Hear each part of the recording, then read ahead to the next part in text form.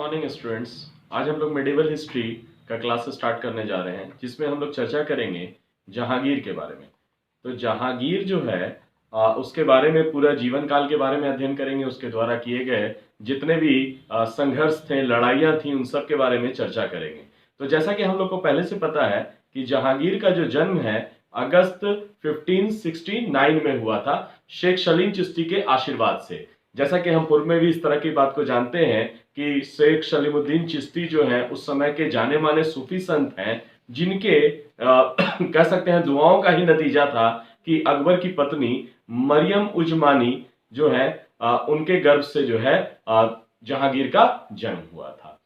दूसरा इंपॉर्टेंट बात है कि चूंकि आप लोग को पता है कि अकबर की जो है मृत्यु 1605 में हुई थी, और मृत्यु के बाद जो है सलीम, जो शहजादा सलीम के नाम से प्रसिद्ध था, शहजादा सलीम जो है नूरुद्दीन मोहम्मद जहांगीर बादशाह गाजी के उपाधि से मुगल साम्राज्य का शासक बना। इसके बाद का जो इंपॉर्टेंट पॉइंट है, जैसा कि आपको दिख रहा होगा कि इसका राज्यरोहन जो है एक बड़ा विवादास्पद है। विवादास्पद कहने का मतलब है कि काफी डिस्प्यूट हुआ यहां पर। चूंकि हुआ क्या कि जहांगीर जब गद्दी पर बैठना चाह रहा है, जब अकबर की मृत्यु हुई, तो ऐसे कंडीशंस में एक और राजकुमार है जिसका नाम है खुसरो। खुसरो जो है सम्राट बनने की इच्छा रखने लगा। यानी कहने का मतलब है कि इसका जो एक कॉम्पिटिटर कह सकते हैं, इसी का पुत्र बन गया जिसका नाम है खुसरो। और खुसरो जो है क्या कर रहा था कि वो गद्दी प्राप्त करना चाह रहा था। और खुसरो जो है इसको सपोर्ट कर रहे थे दो व्यक्ति। एक व्यक्ति का नाम है राजा मानसिंह और दूसरा नाम है वो है मिर्जा अजीज कोका। मिर्जा अजीज कोका, ये दोनों व्यक्ति जो है खुसरो को जो है सपोर्ट कर रहे थे, जिसके कारण क्या हो रहा था कि पारिवारिक संघर्ष हो रहा था। अब चूंकि रीजन क्या है कि जहांगीर का जो है समर्थन करने वाले लोग ज्यादा थे, इसलिए फाइनली जो है शहजादा सलीम को ही उत्तराधिकारी चुन लिया गया। यानी कहने का मतलब है सलीम ही जहांगीर के नाम से जो है गद्दी पर बैठ गया। अब इसके बाद जहां दूसरे और एंगल से देखा जाए तो जहांगीर जो है आते के साथ कुछ अपने प्रारंभिक कार्यों को भी अंजाम दिया, यानी गद्दी पर बैठा और कुछ प्रारंभिक कार्यों को अंजाम दिया।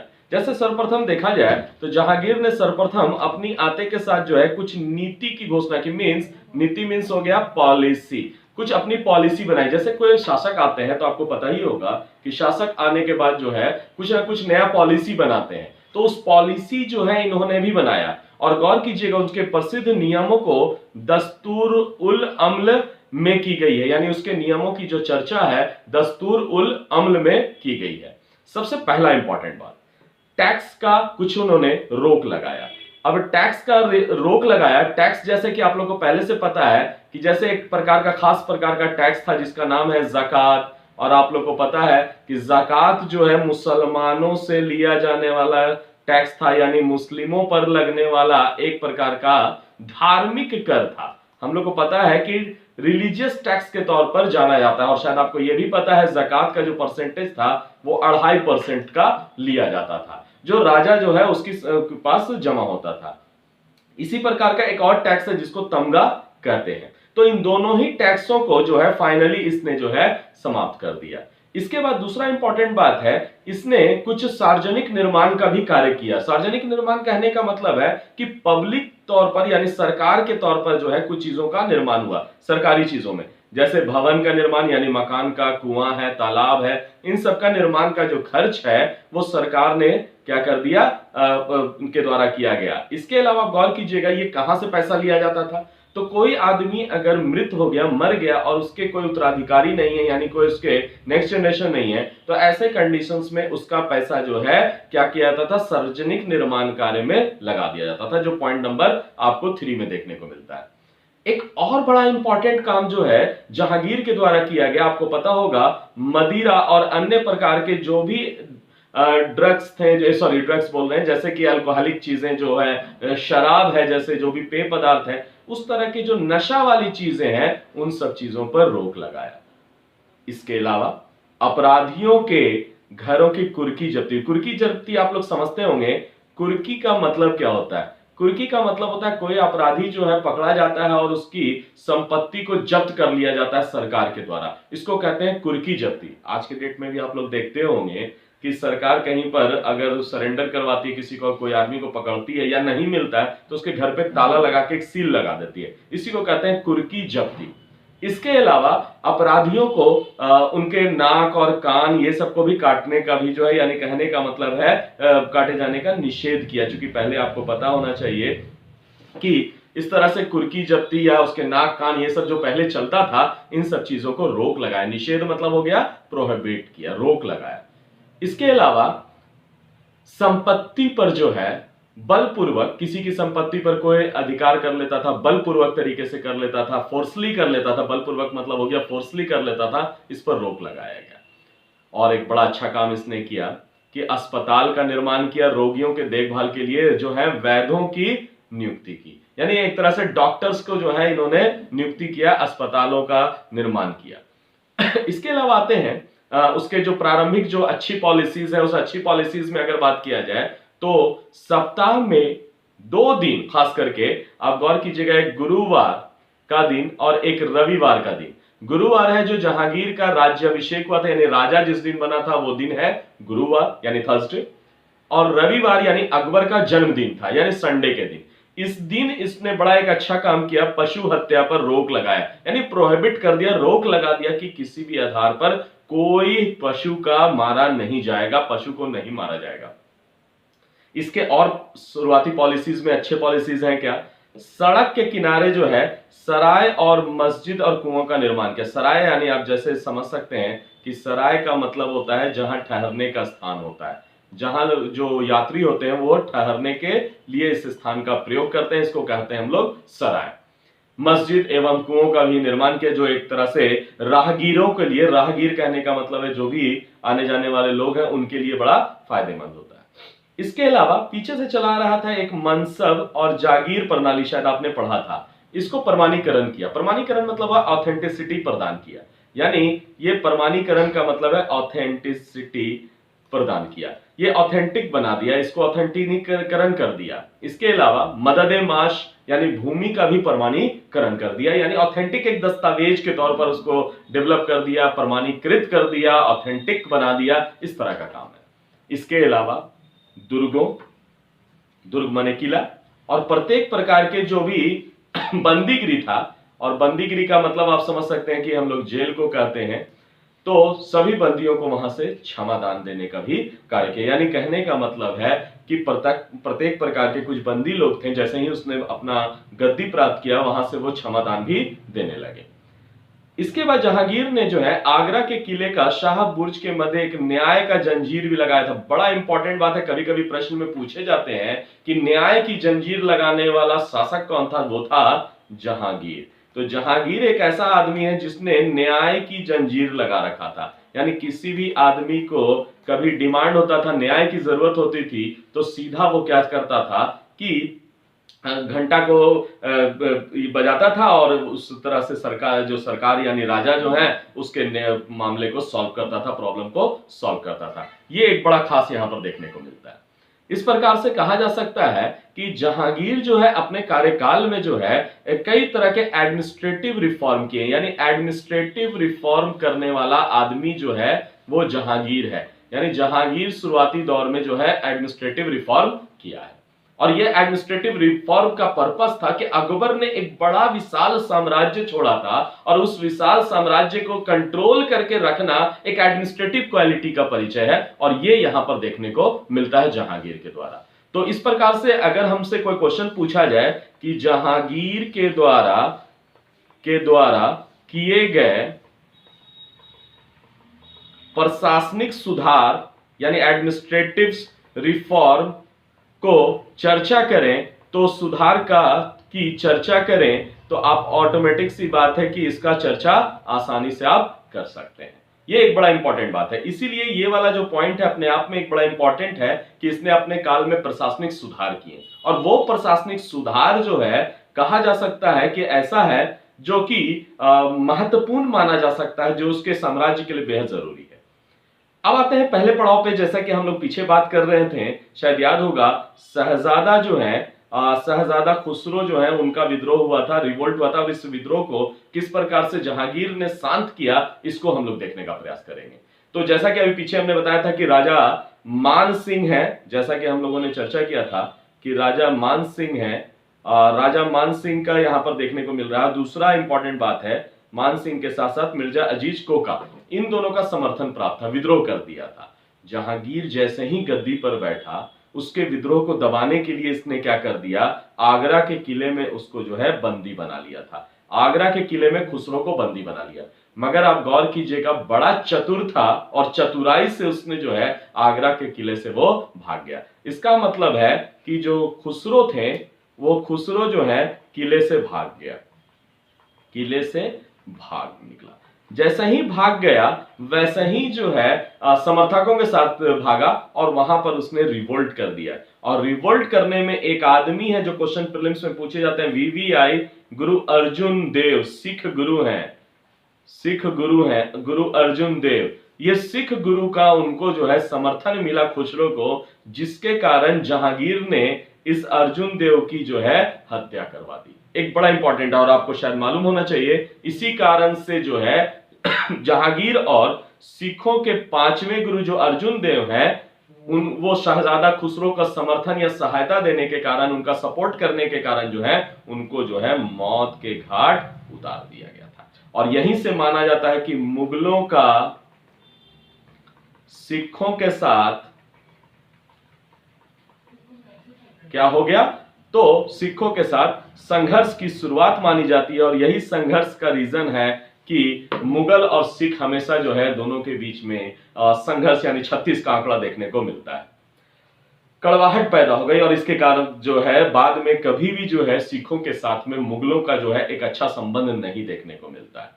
खैर, इसके बाद आप गौर कीजिएगा, शहजादा खुर्रम जो है, खुर्रम यानी इसको शाहजहां कहते हैं, शहजादा खुर्रम को जो है शाहजहां की उपाधि मिलती है बाद में। तो ये शहजादा खुर्रम जो है दक्षिण अभियान के दौरान जो है अपने भाई की हत्या करवा दिया, और खुसरो की हत्या करवाने के कारण जो है इसको फाइनली जो है एक तरह से कह सकते हैं जो रिवोल्ट कर रहा था खुसरो के रिवोल्ट को समाप्त किया गया। हालांकि उसको मार दिया गया दक्षिण अभियान के दौरान, और मारने के बाद उसको जो है इलाहाबाद में लाकर दफनाया गया। तो कभी कोई क्वेश्चन पूछे कि खुसरो का जो है शव को कहां दफनाया गया है, उसके डेड बॉडी को कहां दफनाया गया है, तो याद रखेंगे एक लोकेशन है, प्रीलिम्स के पॉइंट ऑफ व्यू से ध्यान रखेंगे, इलाहाबाद में। अब आते हैं, जैसे ही मामला सारा सॉल्व हो गया और जहांगीर एक एस्टैब्लिश्ड शासक के तौर पर, एम्परर के तौर पर, किंग के तौर पर अपने आप में स्थापित हो गया, उसी तरह से आप गौर कीजिएगा कि उसका जो एक बड़ा घटनाक्रम माना जाता है कि उसके लाइफ में पॉलिटिकल हिस्ट्री में जो है एक नूर जहां का एंट्री होता है, और नूर जहां का जो है बड़ा एक पॉलिटिकल भूमिका देखने को मिलता है। तो सबसे पहले हम लोग ध्यान रखेंगे कि नूर जहां जो है जहांगीर की पत्नी थी, जैसा कि हम लोग को पता है, और दोनों का विवाह जो है 1611 में हुआ था। विवाह के समय उनको जो है एक नूर महल की उपाधि यानी टाइटल दिया गया। तो कभी आपसे कोई क्वेश्चन पूछे कि नूर महल किनको कहा जाता है, तो नूर जहां को कहा जाता है। नूर जहां का मतलब होता है संसार की रोशनी, जो कि आपका यहां पर लिखा हुआ देखने को मिलता है। नूर जहां है कौन, थोड़ा सा इनका बैकग्राउंड हम लोग थोड़ा सा बैकग्राउंड हिस्ट्री को भी देखने का प्रयास करें। सबसे पहले इनका नाम है मेहरुन्निसा। और ये सब हम लोग चर्चा क्यों कर रहे हैं, ये चर्चा इसलिए कर रहे हैं क्योंकि यूपीपीसीएस जैसे एग्जामिनेशन में ऐसा पूछा जा सकता है। तो मेहरुन्निसा जो है, उनके पिता का नाम है गयास बेग, जो पर्शिया के रहने वाले थे। जहांगीर ने गयास बेग को एतमद्दौला की उपाधि दिया था, VVVI। आपको शायद पता होना चाहिए, ताज का पूर्वगामी कहा जाता है। ताज से पहले अगर कोई अच्छा मोन्यूमेंट्स बनाया गया है तो वो एतमद्दौला का मकबरा है, और मकबरा का मतलब होता है जहां डेड बॉडी को दफनाया जाता है। तो मकबरा क्या है, जहां डेड बॉडी को जो है यहां पर बरीड किया गया है, दफनाया गया है, उसी को मकबरा कहा जाता है। तो एतमद्दौला का मकबरा का एक बड़ा खास इंपॉर्टेंट बात है कि ये ताज का पूर्वगामी माना जाता है, यानी ताजमहल जो है उसका पूर्वगामी माना जाता है। बड़ा अच्छा है, क्योंकि ताजमहल में जो है एक खास प्रकार के टेक्निक्स का प्रयोग हुआ था, पित्रा-दोरा शैली। तो कभी क्वेश्चन आपसे पूछा जाए कि पित्रा-दोरा शैली क्या है, तो पित्रा-दोरा शैली का मतलब होता है पत्थर का जड़ाऊ काम, पत्थर का जड़ाऊ काम, यानी पत्थर से, बड़े कीमती स्टोन से जो है क्या होता है कि कुछ मोन्यूमेंट्स में बनाया जाता है, उसको सजाया जाता है, डेकोरेशन किया जाता है, और उसी को कहते हैं टेक्निक को पित्रादुरा टेक्निक। और पित्रादुरा टेक्निक से सबसे जो बेस्ट बनाया गया मोन्यूमेंट्स अपने देश में वो है ताजमहल। और ताजमहल से जस्ट बिफोर कुछ अच्छी चीज बनाई गई, मतलब उसी तरह का कुछ उसमें टेक्निक्स का प्रयोग किया गया है, वो है इत्मत-दौला का मकबरा। अब गौर करते हैं कि नूरजहां आते के साथ पॉलिटिकली जो है जहांगीर पर के प्रभुत्व कर ली, यानी उस पर इंपैक्ट कॉज करने लगी। जैसे कि आपको पता होता है कि बहुत सारे लोग जो है शादी ब्याह के बाद जो है पत्नी जो है वही डिसीजन लेती है पति की जगह पर, तो ऐसा कुछ जहांगीर के काल में भी देखने को मिला। यानी जहांगीर जो के शासनकाल में नूरजहां जो है बड़ा इंपैक्टफुल लेडी बन गई, एक जो पावरफुल लेडी बन गई। और लेडी बनने के पीछे रीजन है कि इनका एक ग्रुप बन गया जिसको कहते हैं हम लोग नूरजहां गुट, यानी नूरजहां जो है एक ग्रुप बन गया। और इस ग्रुप में कुछ लोग शामिल हो गए, जैसे कि फॉर एग्जांपल है असमत बेगम, उनकी माता का नाम है। भाई जो है आसफ खां, बड़े इंपॉर्टेंट आदमी है आसफ खां। आसफ खां जो है बड़े इंपॉर्टेंट आदमी माने जाते हैं, क्योंकि आसफ खां जो है आगे चल के शाहजहां को गद्दी दिलाने में बड़ा इंपॉर्टेंट रोल प्ले करवाएंगे। और आसफ खां जो है एक खास पद पर थे, जिनको पद को कहते हैं खाने सामा। और खाने सामे का मतलब, सामा का मतलब जो रसोई घर या किचन जो होता है उसी का वो हेड है, उसका हेड जो है देख रेख करने वाला, निगरानी करने वाला आदमी। तो कहा जा सकता है, क्वेश्चन आपसे कभी पूछा जाए कि नूरजहां गुट में कौन कौन शामिल है, तो सबसे पहले नूरजहां में उसके पिता का नाम लगेंगे, इत्मत-दौला है। दूसरा नाम है माताजी का, यानी आसमत बेगम। भाई है असफ खां, और शाहजादा खुर्रम जो कि एक राजकुमार है, जो आगे चल के शाहजहां के नाम से जो है गद्दी पर बैठेंगे। अब गौर कीजिएगा, इसी बीच में चूंकि एक घटना कहानी है, शाहजहां को यानी खुर्रम को काफी मानती थी नूरजहां, और नूरजहां मानने के क्रम में हमेशा उसे भावी दामाद के तौर पर देखते थे। क्योंकि मामला क्या है आपको शायद पता ही होगा कि नूरजहां जो है पहले से शादीशुदा थी, और उनके हस्बैंड का डेथ हो गया था, शेर अफगान नाम था उनके हस्बैंड का। और शेर अफगान की मृत्यु के बाद वो जो है जहांगीर के महल में रहने लगी थी। एक दिन जहांगीर का नजर उस पर पड़ा, और जिसके कारण जो है उसने उससे निकाह कर लिया। जहांगीर के शादी करने के बाद जो है वो एक तरह से महारानी बन गई, मगर उसकी पहले से भी एक पुत्री थी। चूंकि शेर अफगान से जब शादी हुई थी तो उसकी एक पुत्री थी जिसका नाम था लाडली बेगम। आपका जस्ट यहां पर देखने को मिलेगा लाडली बेगम। तो लाडली बेगम जो है पुत्री थी, जो शेर अफगान की पुत्री थी, और उसका जो है शादी करने की ठान ली थी शाहजहां के साथ। मगर शुरुआती दौर में शाहजहां के साथ तो अच्छा बन रहा था नूरजहां का, मगर आगे चल के नूरजहां और शाहजहां के बीच में कुछ खटास आ जाती है, कुछ मतभेद आ जाता है, कुछ कंफ्लिक्ट हो जाती है। और इस कंफ्लिक्ट के परिणाम स्वरूप फाइनली क्या होता है कि इस लाडली बेगम का जो विवाह है जो है अगला एक राजकुमार है जिसका नाम है शहरयार, और शहरयार से शादी कर देते हैं। स्वाभाविक है, खुर्रम को बड़ा गुस्सा आता है, खुर्रम यानी शाहजहां को गुस्सा आता है, और खुर्रम जो है इस गुट से एक तरह से कह सकते हैं कि निकल चुका है, और शहरयार अब एक नए गुट में यानी नूरजहां गुट में शामिल हो गया। तो शहरयार एक राजकुमार है जिससे लाडली बेगम का विवाह हुआ। अब नूरजहां जो चाहती हैं कि जहांगीर की मृत्यु के बाद जो है शहरयार ही अगला शासक बने, यानी इनको ही अगला एम्परर बनाने की सोच रही है। कौन भाई? तो नूरजहां। अब ऐसा होता है कि नहीं होता, वो तो आगे हम लोग अभी घटनाक्रम में देखेंगे। तो नूरजहां यहां पर एक पावरफुल लेडी है। दूसरा इंपॉर्टेंट बात यहां पर कि नूरजहां अब जो है इतनी पावरफुल हो चुकी हैं कि एक खास प्रकार का काम करती हैं, झरोखा दर्शन। शायद ईरानी परंपरा था, आपको पता है, ये एक तरह का ईरानी परंपरा है, यानी ईरानी ट्रेडिशन का एक हिस्सा है जिसको हम लोग झरोखा दर्शन कहते हैं। और जैसे कि हम लोग बात कर चुके भी होंगे पहले कि जो खिड़की सब पर खड़े होकर यानी ऊंचाई छत पर आकर, मुंडेर पर आकर जो है वो अपनी जनता के साथ में जो है हाय हेलो किया करते थे, यानी झरोखा दर्शन है। अब ये जो काम है राजा के साथ करती हैं, तो स्वाभाविक है आम पब्लिक जो है नूरजहां को पहचानने लगी। बाकी रानियों की तुलना में इनका जो है पावर ज्यादा बढ़ता हुआ देखने को मिलता है। साथ ही साथ सिक्का पर भी बादशाह के नाम के साथ साथ जो है इनका नाम अंकित था।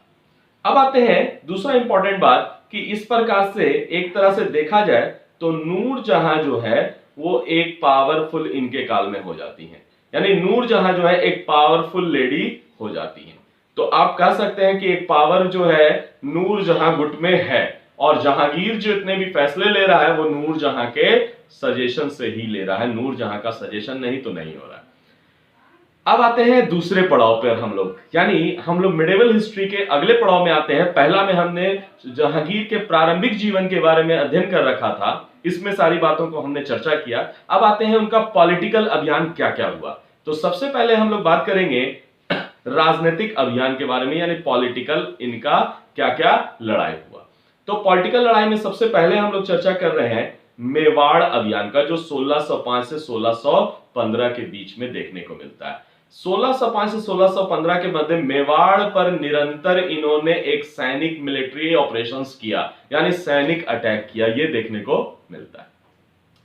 1615 में गौर कीजिएगा, मेवाड़ के शासक हैं राणा अमर सिंह ने आत्मसमर्पण कर दिया। बड़ा इंपॉर्टेंट बात है, चूंकि राणा अमर सिंह जो है, पीछे से आपको पता होना चाहिए, जो मेवाड़ के शासक थे वो भी जो है कभी भी जो है किसी की समर्थन नहीं माने थे। यानी कहने का मतलब है कि मेवाड़ के शासक जो है अकबर के काल में मुगलों की अधीनता स्वीकार नहीं किए थे। स्वाभाविक है ये वाला मामला अनसॉल्व्ड रह गया था किनके काल में, अकबर के पीरियड में। दैट्स वाई जो है यहां पर राणा अमर सिंह जो है जब आत्मसमर्पण कर देते हैं तो जहांगीर ने अकबर के अधूरे कार्य को कंप्लीट कर दिया। और गौर कीजिएगा ये काम करवाने में सफल होने वाले व्यक्ति यानी कौन थे, शाह खुर्रम मींस शाहजहां।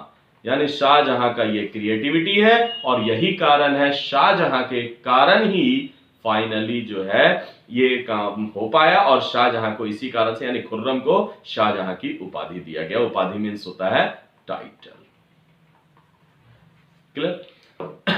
अब गौर कीजिएगा, इसके अलावा राजपूत पॉलिसी के तौर पर देखा जाए तो जहांगीर के काल में भी पहले से चला आ रहा जो है कुछ पॉलिसीज पहले से चला आ रहा है। जैसे फॉर एग्जांपल आप गौर कीजिएगा, राजपूत के साथ वैवाहिक संबंध और मित्रता की जो संबंध थी जो अकबर के पीरियड से चला आ रहा था वो अभी भी कैरी ऑन है। यानी राजपूत जो है मुगल दरबार में अभी भी बड़े पद हैं। बड़े पद का मतलब होता है, शायद आप लोग को पता है, मनसब। मनसब अभी भी प्राप्त किया करते हैं। तो इस प्रकार से मेवाड़ का मामला सॉल्व हुआ, और राजपूतों की पॉलिसी को भी यहां पर देख सकते हैं।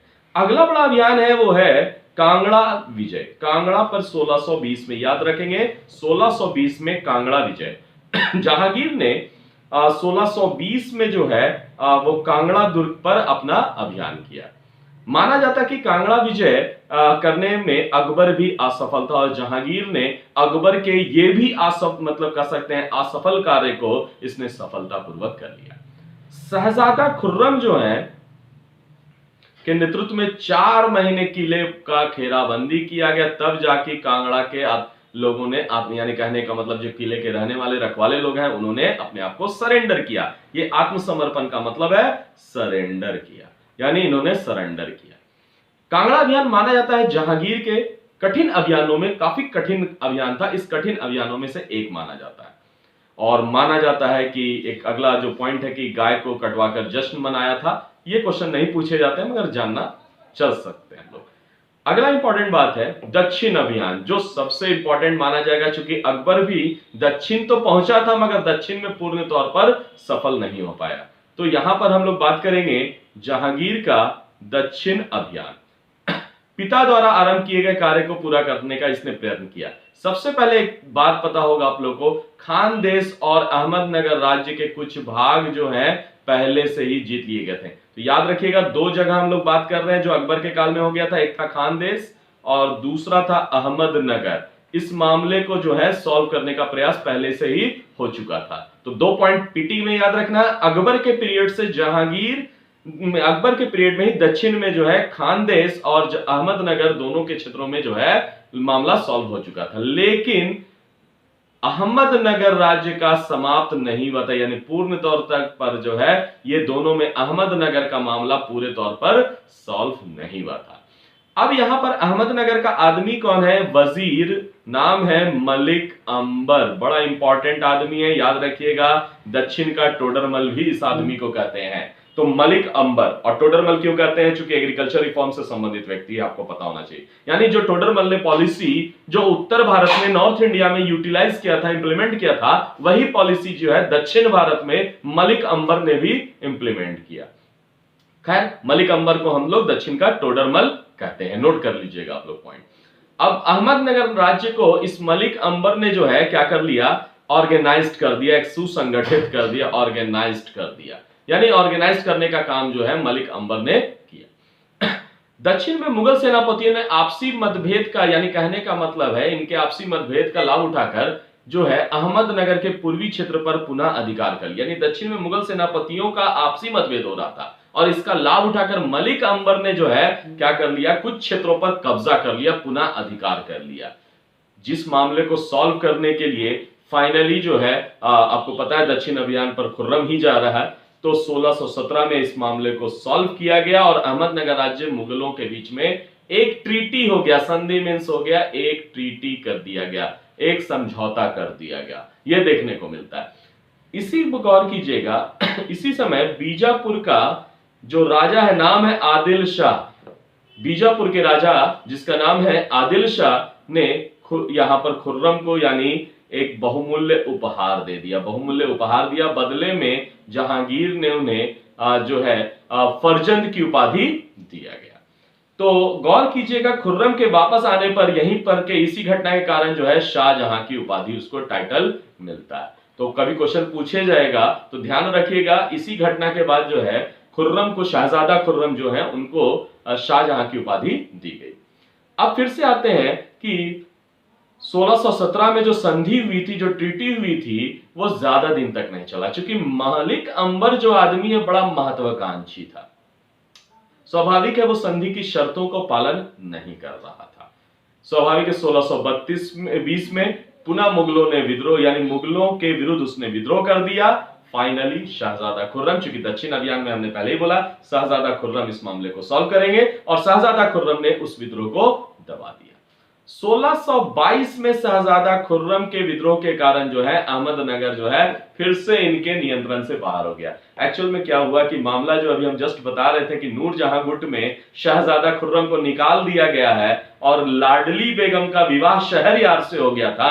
यही कारण था कि शहजादा खुर्रम जो है काफी विरोधी हो गए अपने परिवार से और इसी के कारण एक रिवोल्ट कर दिया, और इस रिवोल्ट का फायदा जो है अहमदनगर जैसे राज्य ने उठाया। क्योंकि घर में अगर कोई संघर्ष होता है, कॉन्फ्लिक्ट होता है, तो इसका फायदा कोई ना कोई दूसरा जरूर उठाता है। अब खुर्रम के दमन करने के लिए जहांगीर ने, यानी खुर्रम जो रिवोल्ट कर रहा है उस रिवोल्ट को दबाने के लिए जहांगीर ने महावत खां को भेजा। किसको भेजा? महावत खां। तो ध्यान रखिएगा, जहांगीर के द्वारा जो है महावत खां को भेजा गया। कौन है? महावत खां, याद रखना है, जहांगीर के द्वारा। हालांकि मलिक अंबर पर दबाव देकर शाहजहां को अहमदनगर जो है से निष्कासित करा दिया गया और बालाघाट पर भी मुगलों का पुनः नियंत्रण, दोबारा से कब्जा हो गया। कोई बहुत बड़ा इंपॉर्टेंट फैक्ट नहीं है, ध्यान दे लेंगे। 1626 में मलिक अंबर की मृत्यु होती है, ये याद रखना है। और मलिक अंबर जो है दक्षिण के टोडरमल, जैसा कि अभी हम पीछे बता रहे थे, इन्होंने लैंड रेवेन्यू सिस्टम को लागू करवाया। Very very important, land revenue system. South India में अगर कोई पूछा जाए तो मलिक अंबर है, और इसी कारण से मलिक अंबर को बोला जाता है दक्षिण का टोडरमल। और टोडरमल के बारे में तो आपने पहले पढ़ा था, शायद याद होगा, पीछे शेरशाह के काल में टोडरमल, उसके बाद अकबर के पीरियड में टोडरमल, इन दोनों ही पीरियड में जो है टोडरमल ने बड़े एग्रीकल्चर रिफॉर्म किए, और रिफॉर्म करने के बाद जमीन की जो व्यवस्था है वो एक बड़ी अच्छी प्रणाली को लागू करवा दिया। अब आते हैं छोटे मोटे पड़ाव, उसके बाद के पड़ाव जो हैं, जो जहांगीर के पीरियड में और देखने को मिलते हैं। अगला जो है कांधार का विजय। कांधार सामरिक दृष्टिकोण से, चूंकि आपको पता है कांधार कहां पड़ता है, तो आपको शायद पता है, भारत का नक्शा जब आप देख लेते हैं तो आप देखिएगा कि इस साइड में जो है अफगानिस्तान क्षेत्र में जो है कंधार का क्षेत्र माना जाता है। अब कंधार का जो क्षेत्र है उसका दोनों तरह से महत्व है। एक तो ट्रेड के पॉइंट ऑफ व्यू से इंपॉर्टेंट है, और दूसरा ट्रेड एंड कॉमर्स के अलावा आप गौर कीजिएगा तो ये डिप्लोमेटिक रिलेशंस के लिए भी जरूरी है। डिप्लोमेटिक रिलेशंस के लिए भी, यानी trade and commerce and diplomatic relations के लिए कंधार जो है एक बड़ा इंपॉर्टेंट क्षेत्र माना जाता है। और एक बड़ा इंपॉर्टेंट बात यह भी आप लोग समझ सकते हैं कि भारत का यही एंट्री पॉइंट है, यानी मध्य एशिया से कोई अगर यहां भारत आना चाहता है तो ये इसका रूट लेवल होगा, इसी रूट से वो भारत की ओर आगमन होगा। स्वाभाविक है, ये माना जाता है कि एक प्राकृतिक सीमा है, युद्ध मोर्चा के तौर पर देखा जाता है।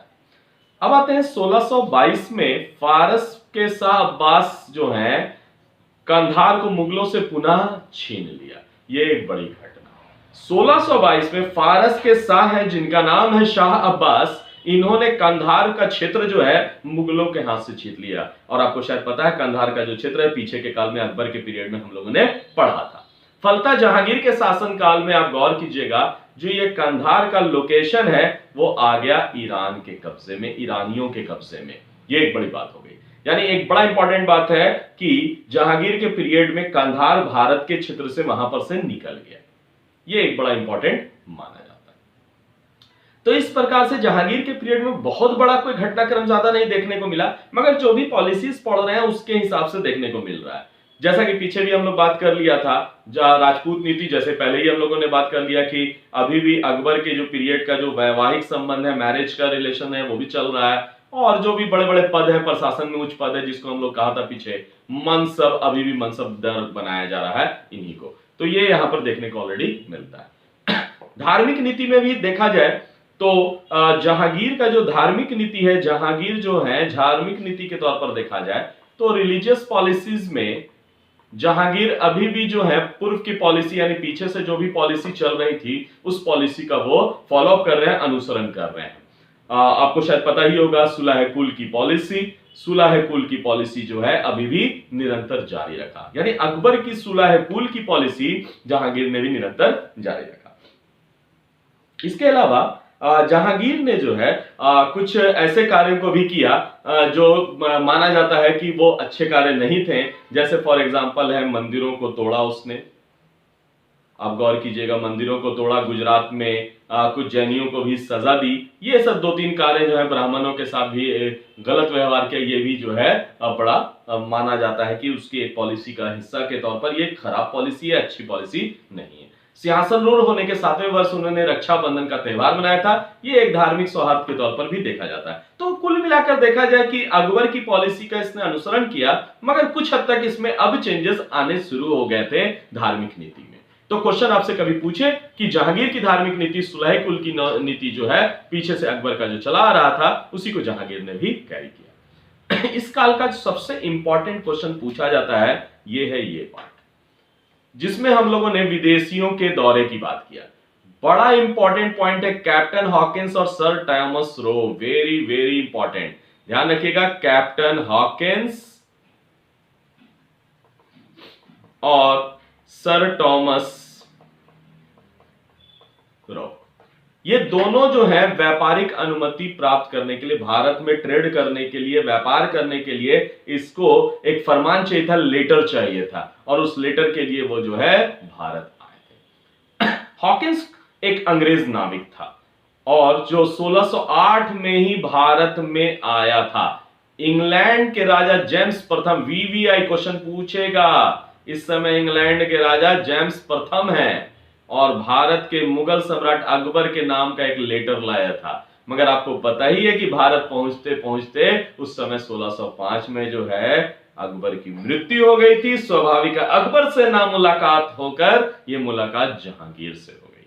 स्वाभाविक है, ये ध्यान रखिएगा। तो ये आया था किससे मिलने, याद रखना है, हॉकिंस एक अंग्रेज नाविक था जो 1608 में अकबर से मिलने के लिए एक पत्र लाया था, जेम्स प्रथम का जो सम्राट थे उस समय इंग्लैंड के। मगर उसको आने में थोड़ी देरी हो गई और यहां पर मुलाकात हो गई जहांगीर से। हॉकिंस जहांगीर से आगरा में मिला था और 1609 में, और माना जाता है कि जहांगीर और जो हॉकिंस दोनों के बीच में जो डायलॉग हुआ था वो फारसी यानी पर्शियन लैंग्वेज में हुआ था। ये बड़ी बात है कि हॉकिंस आके फारसी में बात कर रहा है। कैप्टन हॉकिंस को जहांगीर ने इंग्लिश खान की उपाधि दी, वीवीआई, वीवीआई याद रखेंगे। कैप्टन हॉकिंस को जो है जहांगीर ने जो है क्या दिया था, इंग्लिश खान की उपाधि। कभी क्वेश्चन पूछा जाए कि जहांगीर ने इंग्लिश खान की उपाधि किनको दिया है, तो कैप्टन हॉकिंस को दिया। अगला एक बड़ा इंपॉर्टेंट आदमी जिसका बारे में अभी चर्चा कर रहे थे, सर टॉमस रॉ। क्वेश्चन काफी आया है, ये 1615 में भारत में आए हैं और ये भी जेम्स प्रथम राजा जो इंग्लैंड के थे उन्हीं के द्वारा भेजा गया। ये सूरत में अंग्रेजों के लिए व्यापारिक फरमान प्राप्त करने में सफल हुआ। यानी सूरत में व्यापारिक कोठी जो कहते हैं, जो कोठी जो है वो कोठी बनवाने में जो है सूरत में कोठी का निर्माण करवाने में ये सफल हुआ। कौन? तो याद रखिएगा टॉमस रो। टॉमस रो जो है वो सूरत में जो है एक तरह से कहा जा सकता है कि कोठी बनवाने में, व्यापारिक कोठी जिसको कहते हैं, ट्रेड का फरमान लेटर प्राप्त करने में सफल हुआ। इसके बाद जहांगीर की मृत्यु 1627 में नवंबर महीने में हुआ और गौर कीजिएगा जगह का नाम है भीमवार नामक स्थान पर हुआ था। जहांगीर की मृत्यु स्वाभाविक मृत्यु है और लाहौर के निकट शहादरा नामक स्थान में इसका रावी नदी के किनारे इसको दफनाया गया था। तो याद रखेंगे ये लाहौर में इसको दफनाया गया था जहांगीर को। तो जहांगीर को दफनाने का जो जगह है वो लाहौर में। कभी क्वेश्चन पूछे कि जहांगीर का मकबरा कहाँ है, तो लाहौर में। जहांगीर का मूल्यांकन अगर करेंगे तो एक बड़ा इंटेलेक्ट व्यक्ति था और शायद आप लोगों को पता ही होगा जहांगीर के बारे में एक बड़ी इंपॉर्टेंट बात मानी जाती है कि जहांगीर जो है पेंटिंग्स का बड़ा शौकीन आदमी था। पेंटिंग्स बहुत अच्छा बनाता भी था और शौकीन भी था और इसके काल में जो है पेंटिंग सबसे ज्यादा बनाई गई और अच्छे अच्छे चित्रकार इनके दरबार में हुआ करते थे। तो एक तो है कि कला का वो बड़ा रुचिकर आदमी था जहांगीर, यानी कला का प्रेमी भी था, कई लैंग्वेज का जानकार भी माना जाता है, कुछ कुछ कविताएं लिखने का भी शौकीन रखता था और साथ ही साथ जो है न्यायप्रियता जो है इसकी काफी इंपॉर्टेंट मानी जाती है। और एक बड़ा निगेटिव पॉइंट भी है कि बड़ा शराब पीता था और शायद माना जाता है ऐसा कोई क्वेश्चन पूछेगा नहीं आपका कि शराब अत्यधिक का सेवन करने के कारण इसकी मृत्यु हो जाती है। धार्मिक मामलों में भी हमने वह कहा कि कुछ कुछ इंपॉर्टेंट माना जाता है जो आप देख सकते हैं कि पहली बार रक्षाबंधन का त्योहार मनाया 1612 ईस्वी में, जो पूछे जा सकते हैं मगर क्वेश्चंस है नहीं हालांकि। और हमने एक और चीज अभी जस्ट बताया कि इसके पीरियड को चित्रकला का स्वर्ण युग माना जाता है, गोल्डन एरा माना जाता है, गोल्डन पीरियड है ये गोल्डन पीरियड है यहाँ पर पेंटिंग्स का, ये वेरी वेरी इंपॉर्टेंट। और क्वेश्चन एक पूछा हुआ भी गया है कि उस्ताद मंसूर और अबुल हसन जो है इसके में बड़े चित्रकार के तौर पर जाने जाते हैं। तो उस्ताद मंसूर और अबुल हसन इन दोनों का यहाँ पर जो है बड़ा योगदान है चित्रकारी में और चित्रकार के तौर पर अच्छे से जाने जाते हैं। और एक तो हम लोग पहले शुरुआत में ही पढ़ा कि एडमिनिस्ट्रेटिव रिफॉर्मर के तौर पर भी जाना जाता है, न्याय प्रिय व्यक्ति है, न्याय की जंजीर लगवाया था अपने किले के बाहर में। तो ये सब बड़ा इंपॉर्टेंट माना जाता है कि उदार शासक था, लिबरल था, मॉडरेट था और काफी अच्छे किस्म का राजा माना जाता है, मतलब एक अच्छे शासक के तौर पर इनकी पहचान होती है। परिस्थितियों के अनुसार जो है कुछ उसको रखने की क्षमता भी था और माना जाता है कि कुछ गलत कार्य भी किया, जैसे गुरु अर्जुन देव को मृत्यु दंड दिया था और यही कारण है कि इस आदमी को कुछ निगेटिव भी मानते हैं, यानी अच्छे कार्य के साथ साथ इसने कुछ बुरे कार्य भी दिए। एक और बड़ा काम है जो अकबर के पीरियड में, शायद आपको पता था कि अकबर के पीरियड में एक चीज चल रहा था, दीन ए इलाही, जो हम लोग पीछे पढ़ चुके हैं। दीन ए इलाही, अकबर के दीन ए इलाही को इसने समाप्त कर दिया। तो अकबर के दीन ए इलाही को इसने क्या कर दिया? समाप्त कर दिया। ये एक बड़ा घटना माना जाता है, क्योंकि दीन ए इलाही में जो है एक चीज चलता था, दीक्षा देना, कोई चीज को दीक्षा देना, उसको इसने समाप्त कर दिया। यही कारण है कि अकबर की तुलना में जहांगीर अगर तुलनात्मक तौर पर देखा जाए तो जहांगीर जो है कंपैरेटिव थोड़ा सा उसके काल में जो है कई तरह के रिवोल्ट या कुछ अलग तरह की स्थिति देखने को मिलती है। अगला शासक है शाहजहां। शाहजहां का पीरियड जो है 1627 से 1658 के बीच माना जाता है। प्रारंभिक जीवन और राज्याभिषेक के बारे में अगर चर्चा करें तो आपको पता होना चाहिए लाहौर में जन्म हुआ था और मारवाड़ के राजा उदय सिंह की पुत्री जगत गोसाई, जिनको जोधाबाई भी कहा जाता है, इन्हीं के गर्भ से। यानी कहने का मतलब है शाहजहां का जो जन्म हुआ है वो जगत गोसाई के गर्भ से हुआ है। बचपन में इनको खुर्रम कहते थे, जैसा कि अभी हम लोग चर्चा कर चुके हैं। और दक्षिण भारत में अहमदनगर के वजीर मलिक अंबर के विरुद्ध सफलता इसने अर्जित किया था और वहीं पर जो है इसे खुर्रम की उपाधि, खुर्रम से जो है इनको शाहजहां की उपाधि दिया गया था। यानी शाहजहां का टाइटल दिया गया था। यानी टाइटल प्राप्त करने के कारण इनको जो है शाहजहां की उपाधि दी गई। शूर शाहजहां का विवाह जो है, आप गौर कीजिएगा, हमने शायद पीछे बताया था, एक आसफ खां थे और आसफ खां जो है कौन से पोस्ट पर थे, तो खाने सामा थे। तो खाने शामा जो पद था, यानी जो है किचन का या बावर्ची का हेड माना जा सकता है, यानी किचन के प्रमुख के तौर पर है, तो उसी का एक जो है की पुत्री है जिनका नाम है अर्जुमंद बानो बेगम अर्थात मुमताज महल से उनके साथ जो है यानी उससे शादी हुई। यानी शाहजहां की शादी जो है असफ खां की पुत्री है। असफ खां कौन है, तो नूरजहां का भाई है और उसकी पुत्री से शादी हुआ है जिसका नाम है मुमताज महल, जिसको हम लोग कहते हैं अर्जुमंद बानो बेगम। इन्हीं से शादी हुआ। खुर्रम जो है जो माना जाता है कि शुरुआत में इसको हिसार और फिरोजाबाद की जागीर दी गई थी। क्वेश्चन कभी पूछा नहीं है मगर जानना चाहिए, हिसार और फिरोजाबाद की जागीर दी गई थी। जहांगीर जो की मृत्यु के बाद जो है मुगल इतिहास में एक बड़ा घटना देखने को मिलता है कि उत्तराधिकारी के लिए जो है मामला फिर से गर्मा गया, चूंकि नूरजहां जो है हमने पहले ही बता दिया था कि शहरयार को बनाना चाहती थी शासक, मगर दूसरे तरफ से टैलेंटेड व्यक्ति हैं जिनका नाम है शाहजहां। तो शाहजहां और खुर्रम के बीच में जो है एक तरह से कह सकते हैं, सॉरी, शाहजहां खुर्रम जो है और शहरयार के बीच में जो है सत्ता की संघर्ष शुरू हो गई। अब सत्ता की संघर्ष क्यों हुआ, इसके पीछे रीजन हम लोग बात करते हैं। जैसे ही जहांगीर की मृत्यु हुई, शाहजहां उस समय दक्षिण भारत में था। क्वेश्चन कभी आपसे पूछे कि उस समय शाहजहां कहां है, दक्षिण भारत में था। अब दिल्ली में जहांगीर की मृत्यु के बाद नूरजहां ने राजकुमार शहरयार को उत्तराधिकारी घोषित कर दिया। अब ऐसे कंडीशन में एक आदमी जो है शाहजहां का विश्वास पात्र है, जो कहां बैठा हुआ है, दिल्ली के पास में, आगरा में बैठा हुआ है, नाम है आसफ खां। आसफ खां ने शहरयार को गद्दी पर बैठने नहीं दिया और उसने क्या कर लिया, महल को अपने कब्जे में लिए हुआ था। यानी जब तक कि शाहजहां आगरा नहीं पहुंच गया तब तक शहरयार को जो है वो एक तरह से गद्दी पर बैठने नहीं दिया। फाइनली उत्तराधिकार की छोटी मोटी लड़ाई होती है, जहां पर आसफ खां और राज्य दीवान ख्वाजा अबुल हसन की सहायता से लड़ाई होती है और इस लड़ाई के कारण जो है फाइनली विरोध किया था, जिसने अंततः युद्ध में विजय हो गया और सत्ता ग्रहण कर ली। इसीलिए माना जाता है कि जहांगीर की मृत्यु 1627 में हुई और 1628 में जो है फाइनली जो है शाहजहां अबुल मुजफ्फर शहाबुद्दीन मोहम्मद साहिब किरानिशानी की उपाधि धारण करके जो है वो गद्दी पर बैठा और इस प्रकार से आगरा में शाहजहां का राज्याभिषेक हुआ।